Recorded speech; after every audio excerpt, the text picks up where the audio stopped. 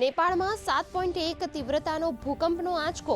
સવારે 6:40 આવેલ આંચકાનું એપિસેન્ટર નેપાળના લોબુચુથી 93 કિલોમીટર દૂર ઉત્તર પૂર્વમાં. દિલ્હી, નોઈડાથી પટના સહિત પશ્ચિમ બંગાળ, અસમમાં પણ અનુભવાયા ભૂકંપના આંચકા.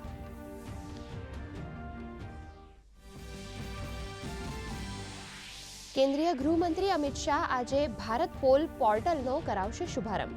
સીબીઆઈ દ્વારા વિકસાવવામાં આવેલ પોર્ટલથી તપાસ એજન્સીઓને મળશે ચોક્કસ માહિતી. ગુનાઓને જડમૂળથી ખતમ કરવા પર રહેશે ફોકસ.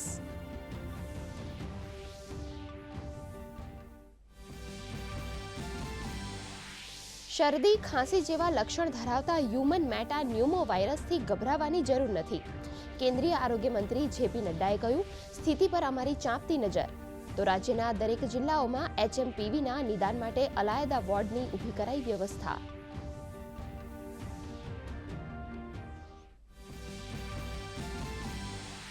પ્રયાગરાજમાં મહાકુંભ 2025ની તૈયારીઓ પૂરજોશમાં.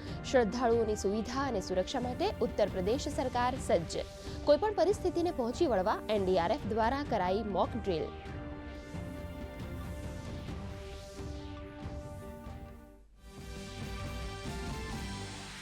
સુરતમાં ₹2,500 કરોડના જમીન કૌભાંડ મામલે CID ક્રાઇમનો મોટો ઘટસ્ફોટ. એને કર્યા વિના જ સ્કીમ બનાવી 135થી વધુ પ્રોપર્ટી કાર્ડ બનાવાયા.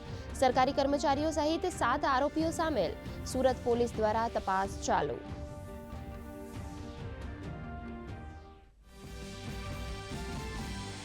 પોરબંદરમાં કેથ લેબ અને કેન્સર યુનિટનો કરાશે શુભારંભ. GMERS મેડિકલ કોલેજમાં એન્જિયોગ્રાફી, એન્જિયોપ્લાસ્ટી સહિતની વિવિધ સુવિધાઓ કરાવાશે ઉપલબ્ધ. જિલ્લામાં જ સારવાર મળી રહેતા હૃદયરોગ અને કેન્સરના દર્દીઓને મળશે રાહત.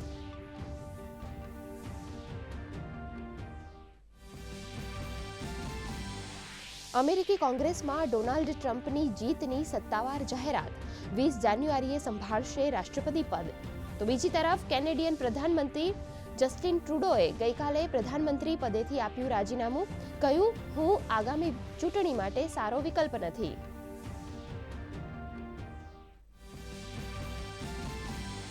રાજ્યમાં શીતલહેર, પવનની દિશા બદલાતા આગામી 3 દિવસ કડકડતી ઠંડી પડવાનું હવામાન વિભાગનું અનુમાન. તો બીજી તરફ ઠંડીનું જોર વધતા નલિયા 6.4 ડિગ્રી તાપમાન સાથે ઠૂંઠવાયું. રાજકોટમાં પણ ઠંડીનો પારો 8 ડિગ્રીએ પહોંચ્યો.